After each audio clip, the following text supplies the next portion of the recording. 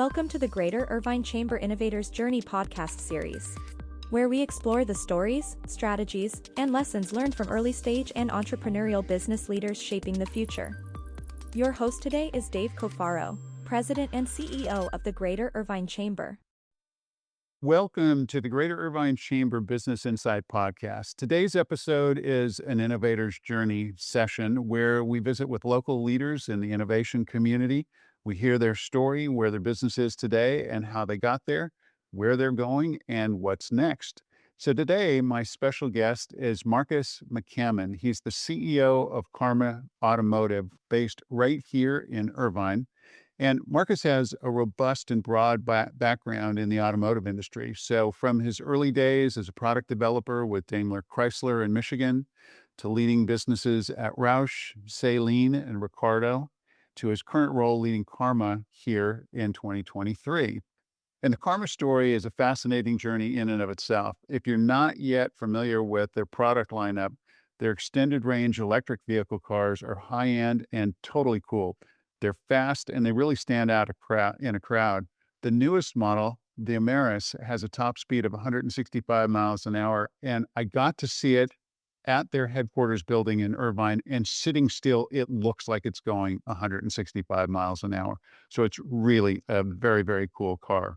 So Marques, thanks so much for being here and being a part of this podcast. Thanks for having me, Dave. I appreciate it. So for starters, would you share a little bit about your professional background prior to taking the helm with Karma? Yeah, so I had a very I've been very fortunate. I've had a great career. I started in the automotive industry at Chrysler Corporation just a few years before they were acquired by Daimler. And I was a part of a small team that really created the performance division of Chrysler called SRT. As a matter of fact, my team and I actually made up the acronym. After Chrysler, in that time, Detroit, soon thereafter, Detroit was being bought up by private equity. The auto industry was going through a lot of restructuring. So I went to a tier one auto supplier. I ran their R&D and advanced strategy groups for a while. We had very good successes there. And I just kept trying to find new careers that would help me to understand the business in a broader scale. So I was the general manager of Saleen Performance Vehicles. They were actually headquartered here in Irvine when I did that job. And then after that, I moved back to California. I left Detroit, moved to California to work at a startup down in San Diego called Aptera Motors, where I was their chief product officer.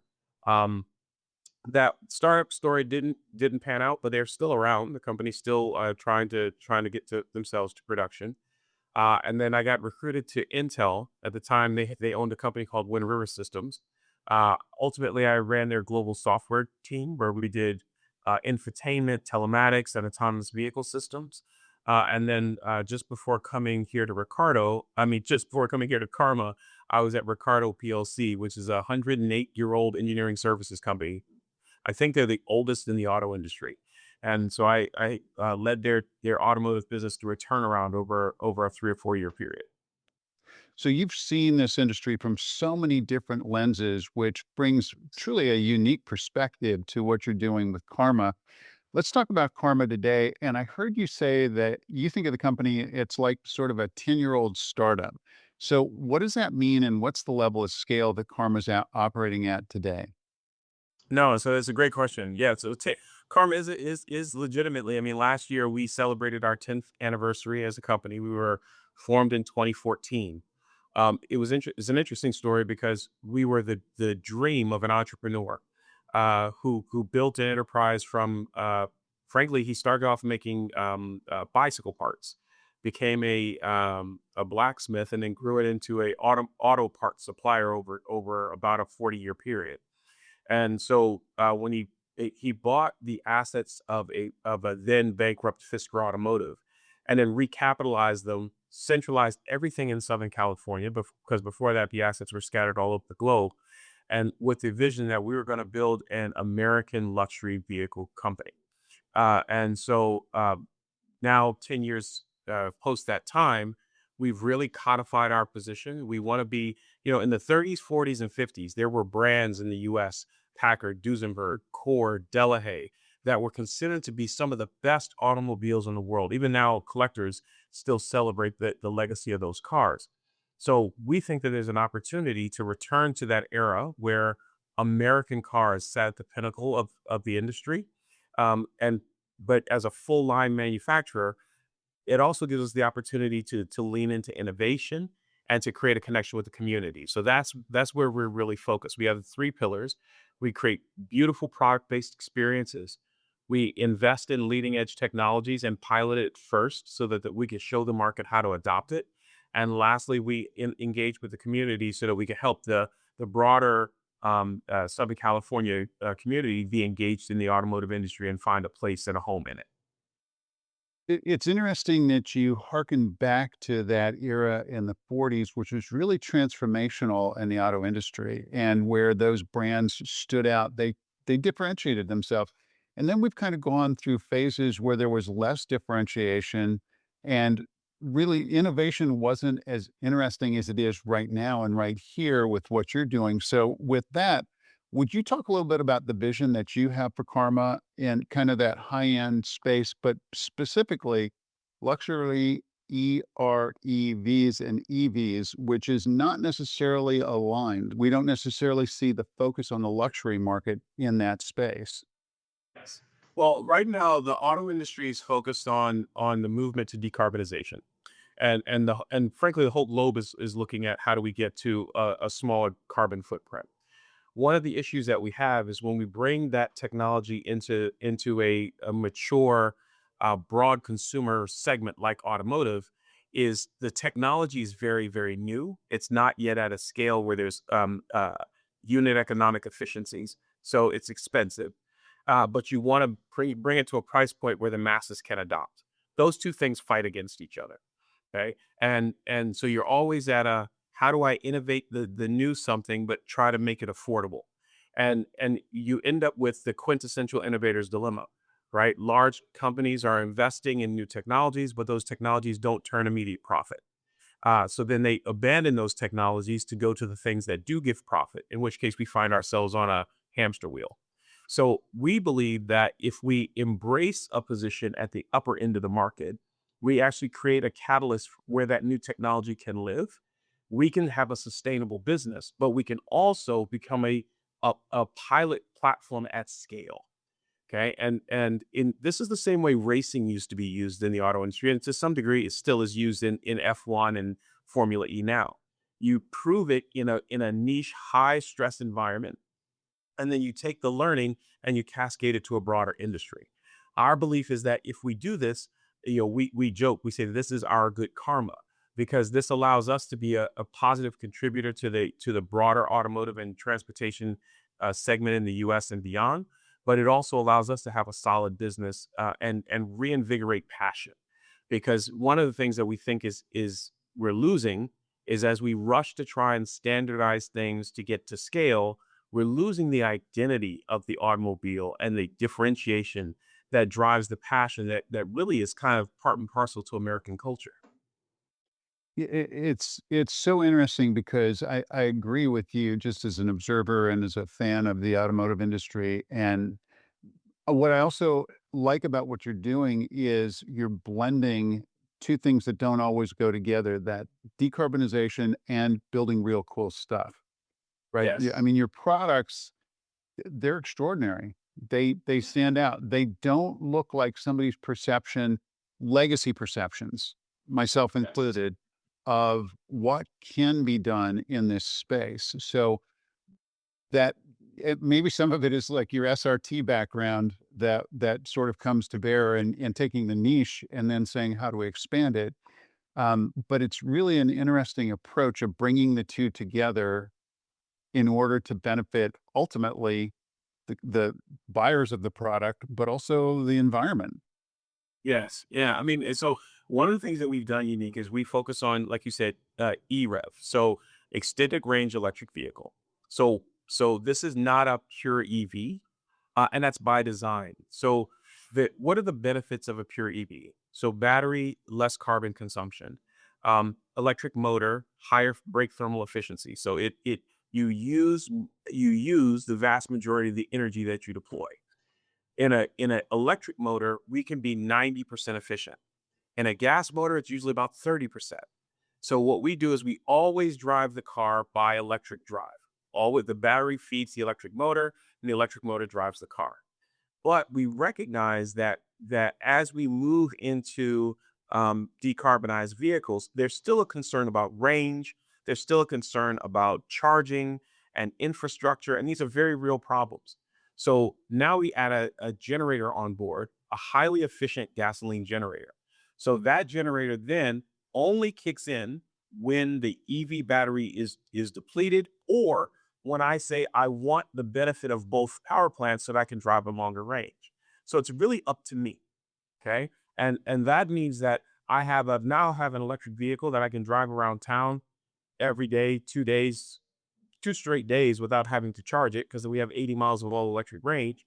Or I could drive the car across country and have it feel like every other car I've ever owned. I stop at a gas station, refill. I don't have to use public charging if I don't choose to.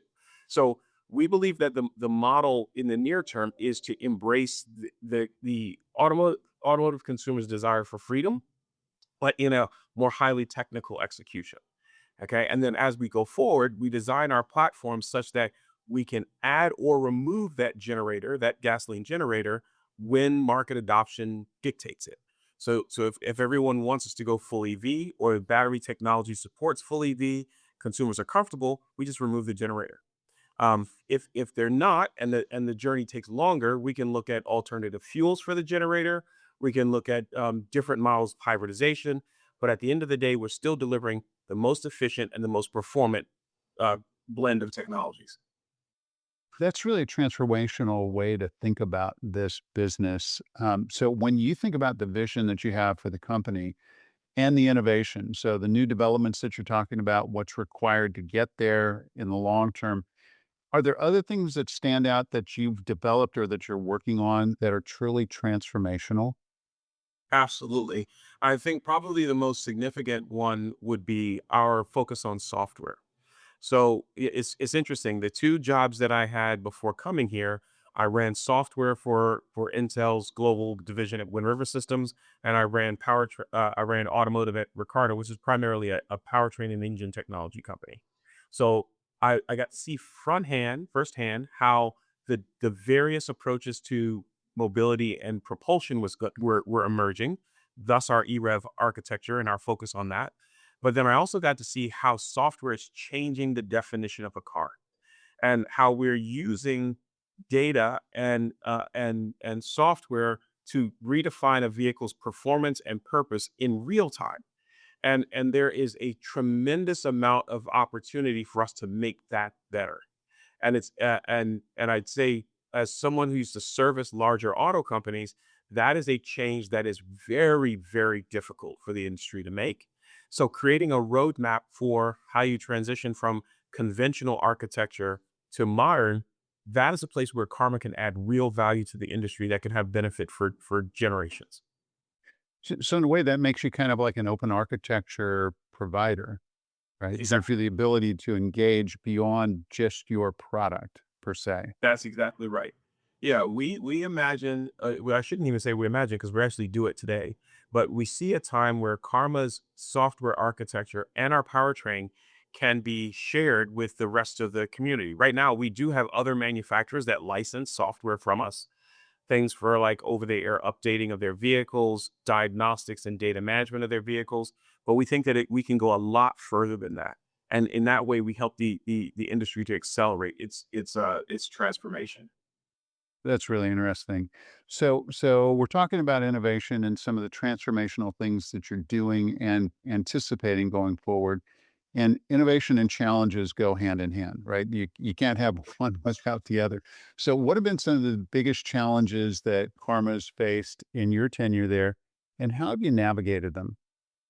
Well, so I'd say probably the biggest one is just the knowledge and understanding of who and what Karma was. That was the first challenge, because the company was started by buying the assets of another failed company. We often had times where people confused our business with theirs, and there has never been an interconnection between the two, between Karma and any other company. We've always been an independent entity. We've always been solvent. We've always had a good cash base and economic stability. But because we never told our story very well, a lot of times the market didn't understand who we were. So that was the first one. And we spent a lot of time. I spent a lot of time just kind of educating the market on who we are. I travel all over the country to do that. I think the second is just reimagining what supply chain means in the context of a niche vehicle manufacturer. So we have a facility today where we can build up to 15,000 units a year. In conventional auto terms, that's quite small, right? I mean, even the Corvette has is 3 times that volume annually. So we're right at a threshold where we're small enough to be very nimble, but not big enough to have leverageable scale. So we have to think about our supply chain very, very deliberately. And when I joined the company, that was a material gap. We were partnering with very large supply organizations who the weight of their business would crush us, right? And they couldn't move at the speed that our business needed to move to, so we had to reimagine it. The other thing is we had suppliers coming from markets that where we knew that we were going to have some challenges, and then lo and behold, come January, we have new tariff structures.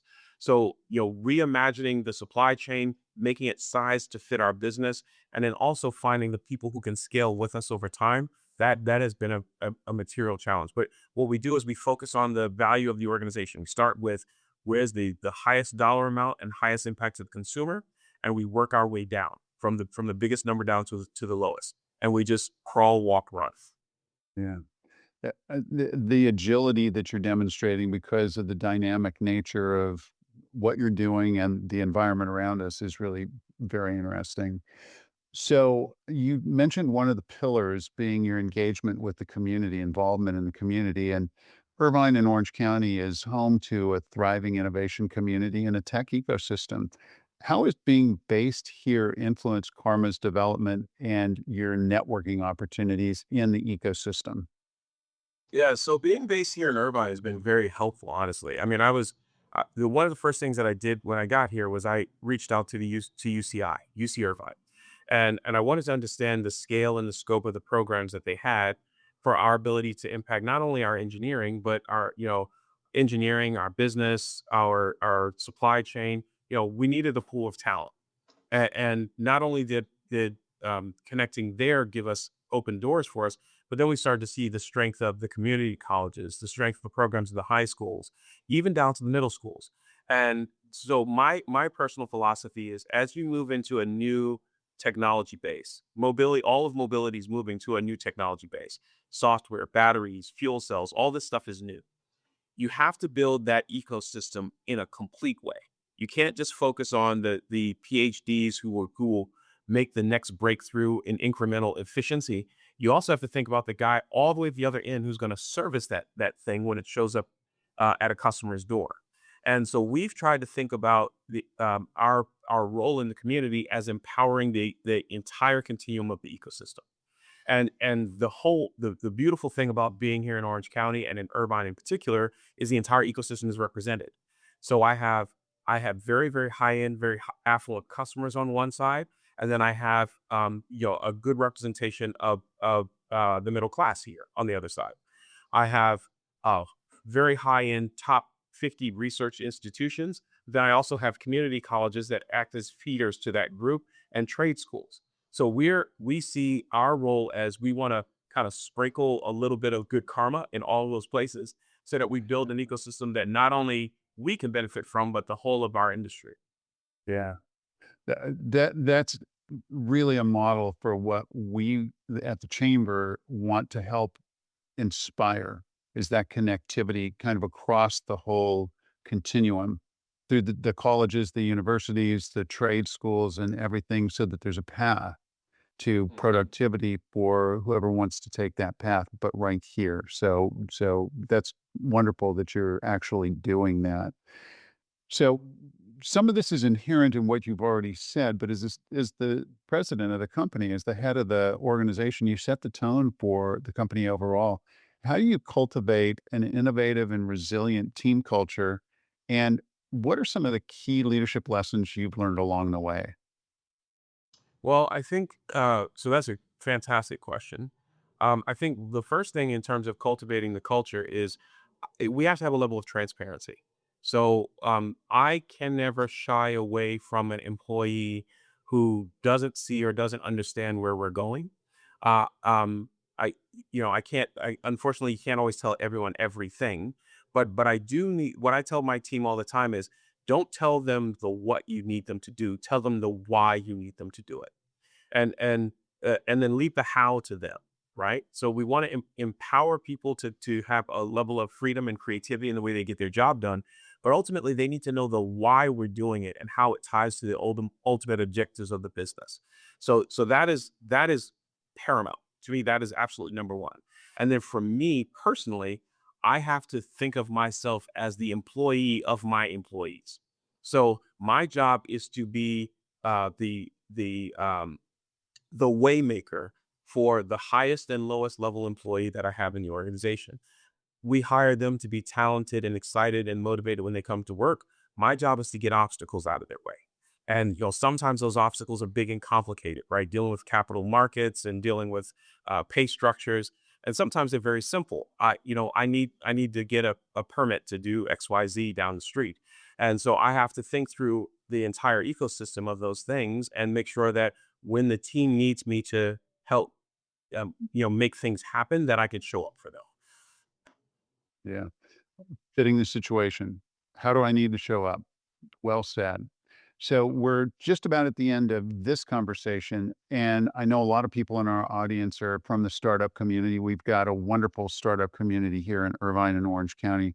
So for those aspiring entrepreneurs who are inspired by your footsteps, what's one piece of advice that you wish you would have received when you were starting out, Marcus? Oh goodness. Um, Just one. yeah, no. So the one thing I one as I tell people, don't be afraid to dream bigger than your circumstance. A lot of times I held myself back because I didn't imagine that I could do that next thing. I didn't imagine I could be the CEO of a car company, or I didn't imagine that I could run a global organization. So first of all, don't be afraid to dream big. And I think that and I guess the second piece of that is, once you have the dream, don't stop pushing for it. Okay, you're going falling down is a part of the journey. So if when you fall down, if you stop, then the dream falls apart. You just have to keep pushing. What a great way to come to a close. Keep dreaming big. Marques McCammon, CEO, Karma Automotive. Thank you so much for being my guest today. Thank you so much, Dave. I really enjoyed it. Thank you for joining us for the Greater Irvine Chamber Innovators Journey podcast. To stay informed about upcoming episodes and other important business news, please subscribe to our channel or check the Greater Irvine Chamber website and mobile app.